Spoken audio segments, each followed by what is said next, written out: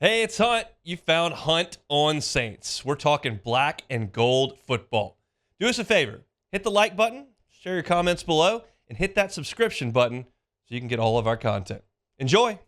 It's finally time. Feels like the Saints reported a training camp like 3 years ago, but they'll play a football game inside the Dome at noon on Sunday. Luke Johnson will be there. He covers the Saints for The Advocate, and he joins us every Thursday. Does so now on the Jim's Firearms Hotline. Luke, how are you, sir? I'm doing great, man. I'm amped up for this season. I can't wait to get going here. Actually, What's Jake Haener doing? he's about to play as much football as I am over the next 6 weeks of the season. So that includes practice. Just what a bizarre story, right? Obviously it came out yesterday that he was suspended for the first 6 games of the season because of violating the NFL's policy on performance-enhancing drugs, and he's like the second to last guy on the team you would have guessed that for. Just a weird situation, but it's not actually really going to impact the Saints on the field. And if it is going to impact the Saints on the field, they have a lot bigger problems than that. For sure. It's one of those deals that I read the story and he gives the same answer that everyone always gives. Oh, I didn't know what it was. Sorry about that. But I mean, how shocking was that it was the backup quarterback who weighs less than me? Yeah, and me, right? I mean, it's like I said, I think the only guy who would have been more surprising would have been like Blake Grupe, who literally looks like a middle school football player. That's one of the cases where maybe this is incredibly stupid of me as a reporter, but it's absolutely one of the cases where I 100% believe the player who's like, I had no idea, right? Because what advantage is Jake Haener going to get from using steroids, right?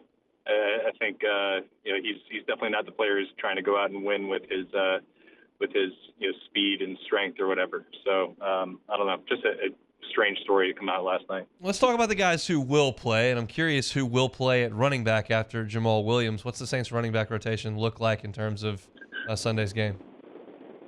Well, I mean, it's not the absolute worst case scenario, but it's pretty close, right? I mean, they went into this offseason with 2 guys as contingency plans in case Alvin Kamara, in the event that Alvin Kamara was suspended, which he was for the first 3 games of the season. And one of those guys is looking like he's probably going to be out. It's Kendre Miller, the rookie running back out of TCU. We haven't seen him in practice for more than a week. He was gone yesterday, and I'm anticipating, we'll find out tomorrow that he's probably going to be out.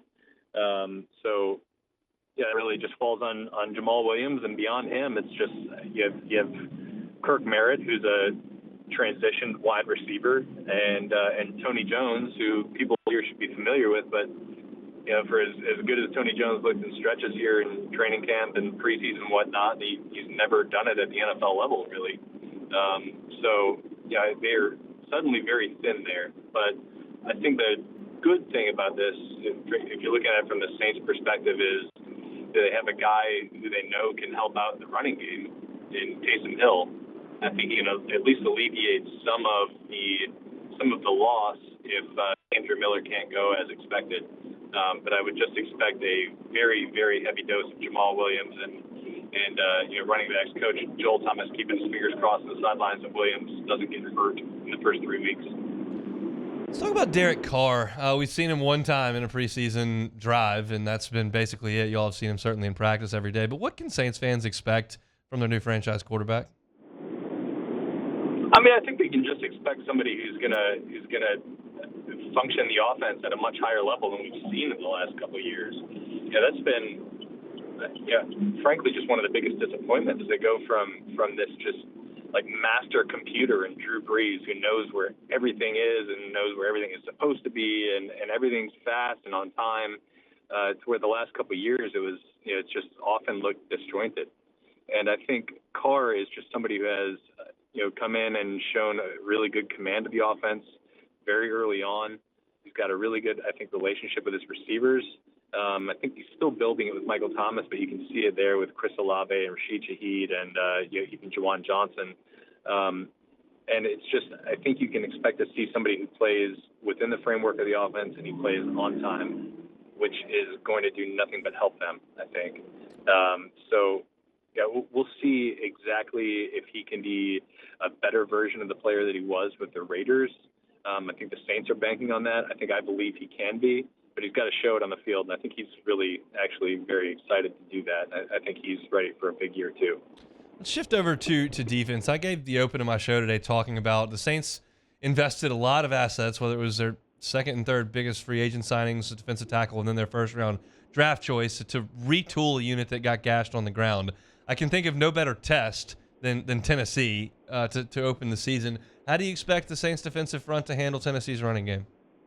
I don't know. That part's a mystery, right? I think the guys they added on that defensive line are going to help a lot as pass rushers. I think they're going to lead to some more production for guys like Cam Jordan and Carl Granderson and Peyton Turner, right? Flushing the quarterback out toward the edges and letting those guys eat. I think they're going to help impact the turnover numbers a little bit. I think when quarterbacks get pressure up the middle, they rush passes and they throw off target. So those two things I think will be better because of the guys they have, because I think they're explosive players, they're penetrators, they're disruptors. I just don't know how that's going to translate to the run game yet.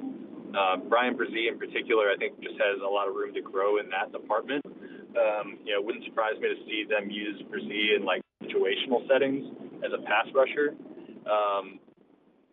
Colin Saunders and Nathan Shepard, I think, maybe not similar types of players, but I think they flash more as pass rushers than they have in the run defense. So this is just it's a huge question mark with the team this year, because it was their run defense is such a cornerstone of their success for so long under Dennis Allen, and it just evaporated last year. I think that's why I felt totally fine with them moving on from guys like David Onyemata and Shai Tuttle, because I don't think they produced in the way they needed them to. But I just don't know if the guys they have in there now are going to make them markedly better as a run defense. As far as the pass defense goes, what do we know about Marcus Maye? Well, we know that for the moment he's not suspended. I think he's going to be dealing with a 3-game suspension at some point this season, likely a 3-game suspension because of the DUI charge he ended up pleading no contest to. But as far as him as a football player, I think there's still kind of to be determined there. He wasn't. I don't think he played up to the level the Saints were kind of hoping last year when they signed him to that. $22.5 million contract, I think it was. He didn't make any interceptions. He made very few impact plays, but the guy was also less than a year removed from an Achilles injury. I think he played a lot better toward the tail end of the season than he did very early on. So I'm a little encouraged by that. We didn't see a lot of him in training camp making the kind of impact plays. I think it's kind of hard to do as a safety in training camp. So I'm kind of withholding judgment until I see what he puts on tape this year. But it's obviously important, right? You can't have like one weak link in your secondary, especially if it's a guy who's going to be kind of your deep safety. He's got to be good there, because that can undo a lot of other good things that this defense does. I sometimes resist the notion that turnovers are something that are easily coached, and I think sometimes it's a little bit of chance as well. But the Saints they were just bad at getting turnovers last year. Has that been a point of emphasis, whether it's been in interviews or whether you've seen something in practice, that they've got to find a way to take the ball away? Yeah, it's been a huge point of emphasis. Look, there's like no secret to this, right? Like the teams who force the most turnovers, who have the best turnover differential at the end of the year, are basically all playoff teams, right? And the teams on the other end of the spectrum are all like the worst teams in the NFL. It can really make or break a season. And the Saints were one of the worst teams, not only one of the worst teams in the NFL in turnover differential last year, but in terms of forcing turnovers, they were historically bad. Yeah. I think they had the lowest turnover numbers, takeaway numbers of any team in Saints history. And there's been some really bad Saints teams, man. So it is got to be better this year. They know that. One of the first things Joe Woods, their new defensive coordinator, did when he came in was he showed them this cut up of all the missed opportunities from last year. There was 10 plays where defenders had two hands on the ball and couldn't pick it off, or had a fumble bounce right into their midst and they couldn't hold it. It's these are the things. I think you're right about that. There is some element to chance, but at the same some element of chance. But at the same time, like when the plays are there to be made, you have to make them, and they are the difference between a winning team and a losing team.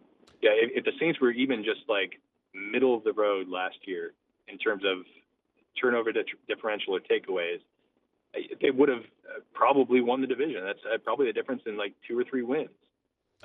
So, it's like a huge focal point for them this season, not only on defense, but on offense. They need to turn the ball over less than they did last year. And if they can get to kind of where they have been historically, they have a chance of being a really good team. Give me the NFC South 1 through 4 as you see it entering the season. I think the Saints are going to win the division just because I have a lot more faith in Derek Carr than I do Desmond Ridder, but I think the Falcons are going to be good, man. And they have a lot of exciting young skill position players. They have a pretty good offensive line, and they have probably an up-and-coming defense. I think Ryan Nielsen's a really smart coach, and he brought over a lot of his guys. They just have too many new pieces and a little bit too unproven at quarterback for me to say they're going to beat the Saints this year, but I think that's going to be a really good division race. And then, kind of in another group behind them is the Panthers, and another group way behind them is the Bucks. I think the Bucks have just a potential to be a train wreck this year. So give me that. I feel pretty confident in that 1 through 4 order. I think this is where most people would have it. Saints and Titans on Sunday. Who you got? I'm picking the Saints. I think Derek Carr gets it done in his first game. I think the Dome is going to be really electric. People around here are actually excited about this football season and the potential of this team. So I think they get off on the right foot, and I think they kind of set themselves down that division-winning path with a game they kind of need to win this week. And this is not like breaking news to anybody, but I am going to do my NFL picks later at the top of hour number 2, and I'm going through the NFC playoff teams, and I'm thinking about the Saints, and I'm going, I mean, if they stay healthy, like they can play with these teams. It's just not that scary. The NFC is just not. It's not, man. I mean, like the Eagles are, I think, pretty overwhelming favorites in the NFC, and you can see a lot of reasons for that. But like after them, I mean, the Cowboys are who they are. They go into every year with big expectations. They never seem to meet them. The 49ers are playing. They're starting a quarterback who has like 8 career starts. Yep. That's coming off a UCL injury.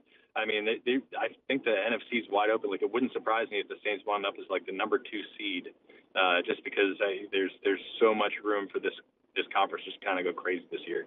Hey, it's on. Thanks for watching Hunt on Saints. Before you leave, help us out a little bit. Hit that like button, leave your comments in the section below, and hit that subscribe button so you get all our content right here from Hunt on Saints. We'll see you next time.